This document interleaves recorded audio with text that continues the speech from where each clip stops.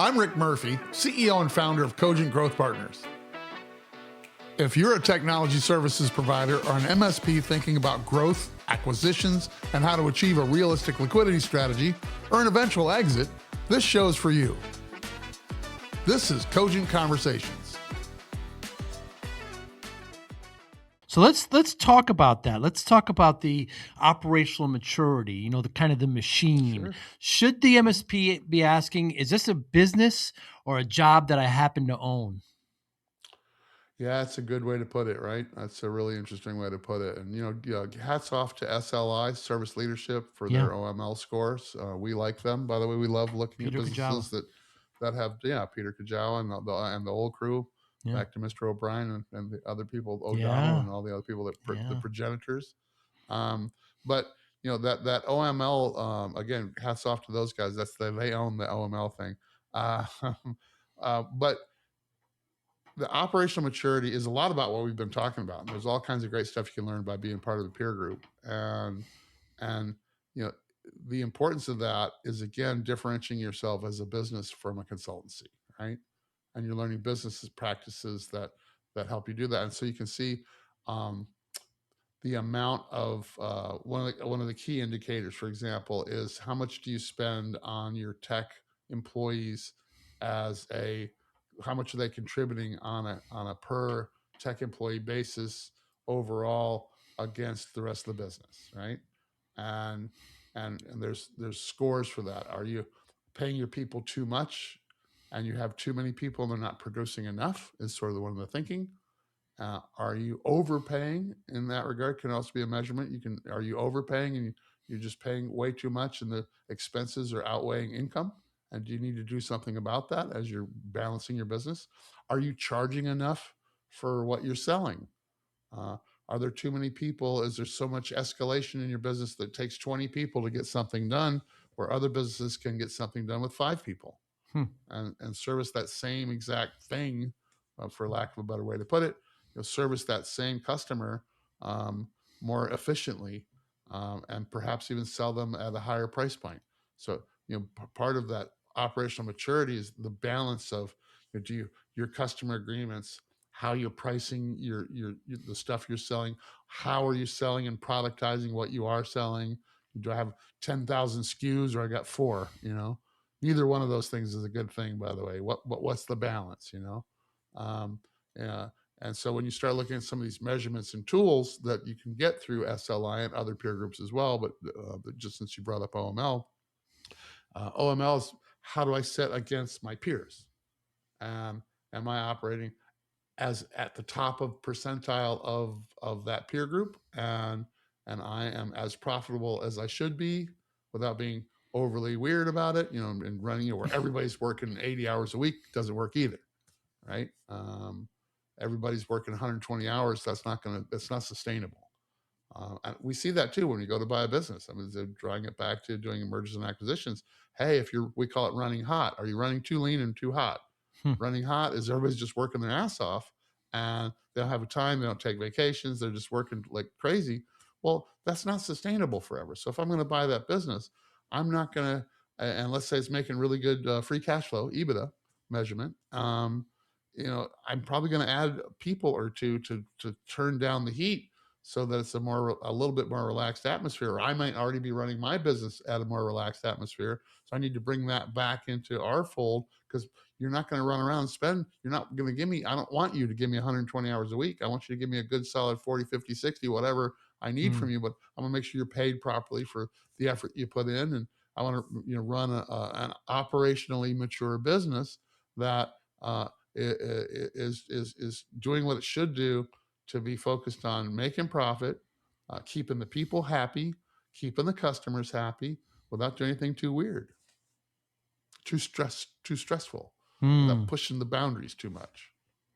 Does that make sense? Yeah, absolutely. Continuing with the operational, maturity, just general questions, the machine. So let's talk about processes. Are they documented at the MSPs, or are they just kind of tribal knowledge? How important is that? It's really important, actually. Now, again, the smaller companies, even companies like myself, documented processes, we have lots of them. and we're adding to that constantly. It's how you grow and learn and develop and be a better business as you grow and go forward. What's next would be one of the things to think about. But I think generally speaking, you're looking at smaller businesses that are flying by the seat of their pants, where it's just the human beings and the tribal knowledge. I think is a really good way to put that. That tribal knowledge um, is not transferable, Mm. right? You keep the employees, that's good, but it's not transferable. And I don't really can't easily understand how you do what you do if it's not written down and somehow codified and more systematic or more systematized so that you can really see what's going on. Does that make sense? Um, and we do see that a lot, right? And then you look at the oil and water and mergers and acquisitions, where if you've got a company that is got a lot of process, and let's say here's a good example. Let's say that the buyer company is very automated, and they've learned how to be more automated over time, and helps them operate more efficiently. They don't need as many people because they're more automated than the I call them a low touch company, right? And then they go to buy a company, but let's say that company's really high touch. They're not very well automated. And the techs still go out and visit the sites a lot. And they like that personal relationship stuff. And they go and visit and they have dinners and they go and show up at the shop and kick tires and kick machines in the butt still and plug stuff in and whatever. That still happens. And you still need to do some of that. But Mm. let's say they're really high touch versus really low touch. Well, what's going to happen? That's oil and water. Even the cultures aren't going to mesh together very well, because the customers at the high touch place are going to expect high touch, and they're Mm. not going to think they're being serviced properly when the low touch guy buys them and they start instituting all the low touch services and all the automated stuff. They're not going to feel loved, and you're going to see customer churn. So just simple things like being able to be acquired by somebody that's, are you high touch or low touch? Now there could be a high touch business buying a high touch business, a low touch business buying a low touch business. Those are better meshes because there's a better culture fit in the employees and how they do business, and the customers are going to be more like types of customers that are expecting the same degree of service, right? How are they being serviced? Um, but that's a huge thing. It's huge. And again, how you run your business today, being more automated, documenting your processes, even helps you just hiring. And how do you hire a new Bob? And how do you train Bob? Hmm. Right? Go talk to Fred and Sally and Mark, and they'll help you. Um, and they're going to teach you. Well, that's a terrible idea, right? Here's how we do it. Here's our systems. Here's how we do this. Here's how the MSA ties back to how we develop SOWs, and here's how we measure all of the stuff in all of our various tools and our PSA and our RMM tools, and here's all our tool stacks, and here's how those all work together. And here's how we price our stuff, and the more you have that documented, uh, the more it's going to be easier to manage the business on a day-to-day basis. The more money you're going to make right now, which is the whole idea of run it like you're going to sell it tomorrow. Go ahead, because you're making money Mm. on it too. You're running a good, efficient business and making profit instead of being a philanthropy. Hmm. Let's talk about leadership bench, Rick, right? Do they have a strong number two? Because that can add a lot of value to new clients. Well, it's not just adding value to new clients. I mean, strong number two is what happens to the number one. Does the number one want to go open that surf shop or not? Mm. Right. And sometimes I'm working on a deal right now. Actually, we just worked on a model yesterday with one of our candidate companies we've known for quite a while, actually. He's got some other business things going on. He's got things going on with his family in a good way. His family's getting older. He wants to be able to follow his son around playing college football, and he's got Nice. two businesses. One of them's a little bit less touch for him that he wants to focus on, and the MSP business has been higher touch for him. But over the past couple of years, he's been transitioning it to a very strong number two. That's really a number one, if you will. Uh, if you're a Star Trek fan, right? That's Yes. um, Number one. and right. So the idea of having a really strong number two is really important. And then how deep does that bench need to be? We're never an advocate for having too much management. Can be an issue also if you're top heavy. Um, but having a sufficient amount of management to manage the employees, the tool sets, and the customers, reverse engineered, means different things to different people. I mean, some businesses we look at, they have a lot of escalation built into their business. You first meet the L1, then they move you to an L2, then they move you to an L3 if you need to, things like that. Versus somebody's got, hey, more of a L1, 2, 3 kind of a switch hitter type tech that can handle lots of different stuff, and they're not escalating as much. And then there's variations on that theme, just to get specific with that. But the idea that the more people you have, the more you need more management to manage the people. So how you structure the company, grow the company. There's the pod approach. There's lots of different approaches to how you do servicing generally. Pod approach is pretty cool. But also, how do you manage it? So are you building enough managers to make things happen, to get things going, to make sure that people are held to task, they're held to their responsibilities. You still have time to be thinking out loud and thinking about new stuff and the new toys that are coming out. What are you doing about AI, which is a huge thing now, going every which way, different direction. And then developing things, people developing software, they're writing code, how are they selling their projects? And there's just so much to do. So I think having an adequate management team is the hardest thing. So having too big of a management team is kind of easy to do, but is quickly you can find out that's not very affordable. So money usually drives that. Pro or con, or large or smaller. Can we afford all these people, or do we just have bloated management? um, and too thin, where even the CEO is still doing tickets. That's bad. Mm, mm, CEO shouldn't be doing tickets. If you're still doing tickets and you're the owner and running the company, then you don't have enough management and you don't have enough people. right.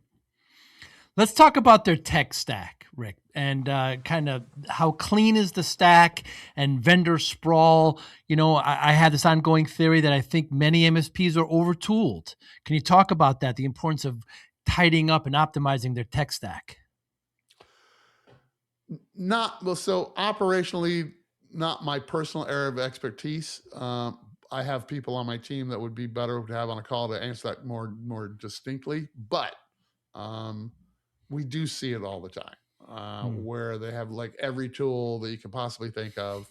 Um, and we see it when we start looking at financials. Obviously, you're looking at somebody's profit and loss statement, and you're like, what? There's like this whole section in an Excel spreadsheet. Imagine a little tiny cell in an Excel spreadsheet that's this big, because it's got so many tools in it and all right. this stuff, and all the monthly payments that go with all the tools. And when do those monthly payments stop? And when do those subscriptions run out? And what are you doing with all this stuff? Well, we do this, this, and this, and this. And they find out, where we find out and we show them. And a lot of times it's cathartic for the seller, or whoever. Actually, we do models on buyers as well to help them understand their company. We call it enterprise value model. Um, so if you're looking at this detailed model, it's like, oh my gosh, it becomes evident when you're comparing two businesses against each other. So for us, it's a little easier because you got a buyer that runs a tech stack, and you got this seller that has their tech stack, right? And how do you mesh them together? Which tools do you keep? Which tools do you don't keep? An easy big version of that would be: are you running Kaseya or ConnectWise? Are you part Mm, of the Kaseya ecosystem? Are you part of the ConnectWise ecosystem? And there's a lot of stuff in each ecosystem that are the substack of tools that each one uses and relies on. Well, so if you've got somebody that's been in the ConnectWise stack for a decade versus somebody that's been in the Kaseya stack for a decade, and those two companies go to merge each other, they're going to be picking and choosing which way to go, right? So that's an issue. Pro and con can go either way. It actually goes kind of everywhere. But if you just forget about even just the merger and acquisition part of it, um, you want to be efficient on costs. So where you tie that back to understand if your tech stack works or not, from my perspective as an M&A guy, it's, is your gross margin on what you're selling strong enough? hmm, And that's where you're going to find the answer to that. Is when you start analyzing gross margin, what's your cost of goods? What's your cost of goods sold on one hand, but it's not just cost of goods, it's your actual equipment costs, your tool set costs. And if you're it's going to come back to you and haunt you in your gross margin being too weak. If you've got one guy that's doing 50%, 60% gross margin, and you're running at 30% gross margin, you got too many tools that aren't working for you. And Mm, you're probably not pricing it well either. And you might have too many people. So that's the sort of the canary in the coal mine when you start looking at gross margin. And a lot of business owners don't do their financials. They're not doing accrual financials. They're not looking at how labor is apportioned across their company. They're not looking at how their tool stack is apportioned across their company as they're delivering the customer services. So they don't have a very good perspective on gross margin. We were reviewing. We've been really busy. I'm sorry to keep saying. I had a meeting just yesterday with a mm, client who we are looking at a model of a candidate company that they're all loving each other, and actually they're meeting together this afternoon. And hopefully it's kumbaya. We're going to have a deal to do in the very near future. very good. But what's interesting is the buyer wanting to get more granular on understanding the gross margin stack because they wanted to get it helps them look at the tool sets that are being used by the now soon to be seller um, against their own tech stack, and where can things be tightened up, and who's going to use what, and how are we going to move the customer slowly, carefully, take the customers and give them the same or better customer experience than they have now, with perhaps different tools, because a lot of these tools are transparent to the customers. They don't really care, you know. A lot of them don't care unless they've been sold some sort of a branded experience, right? Most of them aren't going to really care what you're doing, generally speaking, as long as it works and doesn't break. Um, but as you look at your own tech stack, decomplicating it, uh, making it streamlined, um, the way you're going to see that it's a problem most easily and most quickly is what's your gross margins. Hmm. I've got my gold package that I sell, right? What's your gross margin when you sell your gold package? Do you know? Most people say, I don't know. Most people don't do labor reporting very well. They kind of put it all in a big lump. And well, you got some labor that's relative to professional services work. You got other labor that's relative to supporting an MRR and a monthly recurring, a managed service, which is different, right? And there's different components to that. So people don't segment it very well usually. They kind of lump it in the wrong lumps, and it obfuscates their gross margin. Because I'll have a guy go, I make 67% gross margin. We look at their books and we say, no, you're making 43. And here's why. And they go, oh my God, I didn't think about looking at it that way. It's like, well, here's how you should look at it. And so we can help normalize stuff like that. You can do a lot of that with your own CPA. Again, forget the tax part of that. Just forget about doing your CPA telling you how to run your company based on how you pay taxes. And how about show me my cash flow? How about show me my gross margin on a per product base on my big major products that I sell? I have my ABC package, my gold, silver, bronze package, and there's lots of other stuff I might sell. Do you have a gross margin figured out for those? That's worth the effort, because then you can start going, boy, I have too many people helping me sell this product, or I don't have enough people, right? Or have too many toys. We don't even use this product. Why are we even paying for this thing? Hmm. And if we only just use this one thing and that's what we're selling, and I've got these other 5 things that are sort of part of this package, why the hell do I have them? This is Cogent Conversations.